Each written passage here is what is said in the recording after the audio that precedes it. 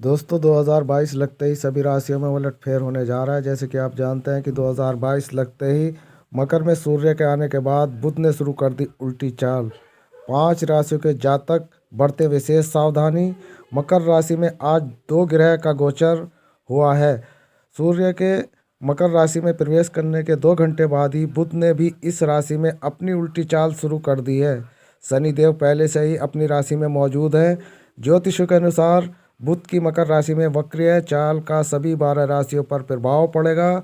बुध को संचार का स्वामी माना जाता है। किसी भी जातक की कुंडली में बुध की मजबूती स्थिति सकारात्मक फल देती है, जबकि यदि कुंडली में बुध की स्थिति कमजोर हो तो उसको नकारात्मक फल देती है। इसी को लेकर आज 12 राशियों के राशि फल हम आपके लिए लेकर आए हैं। 4:42 पर मकर राशि में वक्री होकर बुध में जाएंगे। बुध आज 14 जनवरी की शाम 4:42 पर मकर राशि में वक्री हो गए हैं।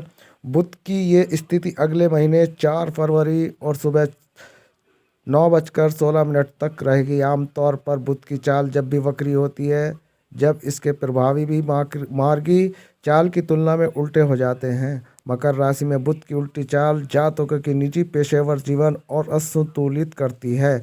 इस दौरान जातकों को किसी नई परियोजना पर कार्य करने के बजाय पहले से चल रही आ रही परियोजना पर ही ध्यान केंद्रित करने की सलाह दी जाती है।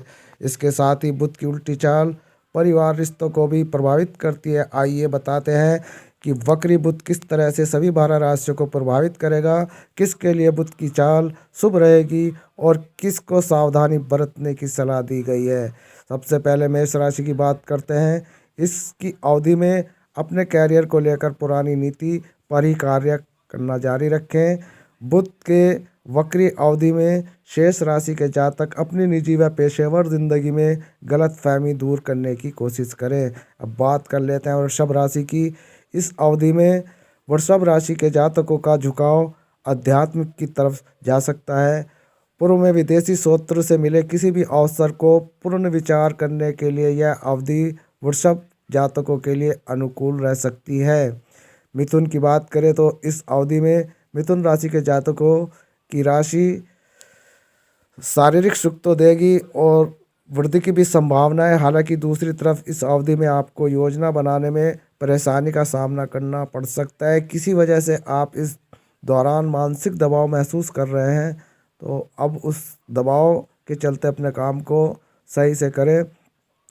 कर्क राशि की बात करें तो इस अवधि में अपने रिश्तों में सुधार लाने की कोशिश करें और अपने संवाद संयमित रखें। रिश्ते में किसी भी प्रकार का विवाद और समस्या चली आ रही हो तो उसे सुलझाने का प्रयत्न करें। सिंह राशि की बात करें तो इस अवधि में आपके और आपके परिवार के सदस्यों के बीच किसी प्रकार की गलतफहमी पैदा हो सकती है। आशंका है कि इस दौरान आपका व्यवहार उग्र हो सकता है। ऐसे में आपको सलाह दी जाती है कि आप किसी भी संवाद करते समय वक्त और भाषा शैली का संयम रखें।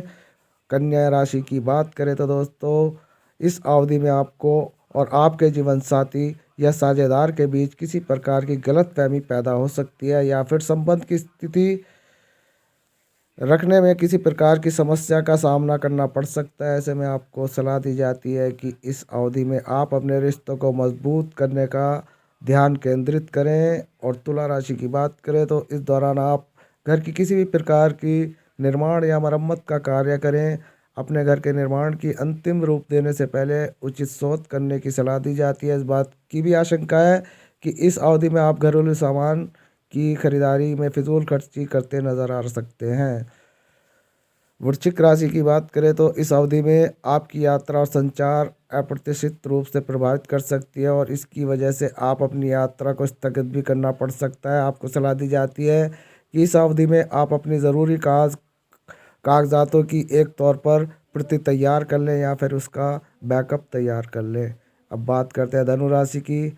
इस अवधि में आपके आर्थिक बजट से जुड़े प्रबंधन पर समय बिताते नज़र आ सकते हैं। इस साथ ही इस दौरान आप यह भी कोशिश कर सकते नज़र आ सकते हैं कि आप अपने पैसों का किस जगह निवेश करें ताकि व्यक्तिगत और पेशेवर रूप से विकास हो सके।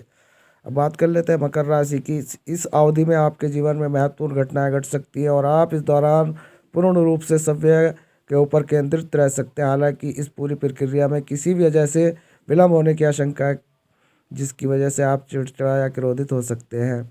कुंभ राशि की बात करें तो इस अवधि में यात्राएं और विशेषकर कार्य व्यवसाय संबंधी यात्राएं आपके लिए लाभदायक हो सकती है। आपको सलाह दी जाती है कि इस दौरान आप नई योजनाओं को लेकर सजग रहें और किसी भी चीज़ पर आंख बंद करके भरोसा ना करें। मीन राशि की बात करें तो इस अवधि में आपका आय में गिरावट आएगी और आपके गलत फैसलों की वजह से आपको आर्थिक नुकसान भी झेलना पड़ सकता है। मीन राशि के छात्रों को शिक्षा प्राप्त करने की सलाह दी जाती है और किसी तरह की बाधा का भी सामना आपको करना पड़ सकता है शिक्षा के क्षेत्र में। तो दोस्तों, ये इस वक्त जो हम आपके लिए एक समाधान लेकर आए हैं, आपके लिए समाधान यही है कि आप जिस तरीके से बताई गई, आपको ये सलाह दी गई है, उस सलाह पर ही आप अपना ध्यान केंद्रित करें और 2022 को उज्जवल भविष्य बनाकर आगे बढ़ें। धन्यवाद। जय हिंद, जय भारत।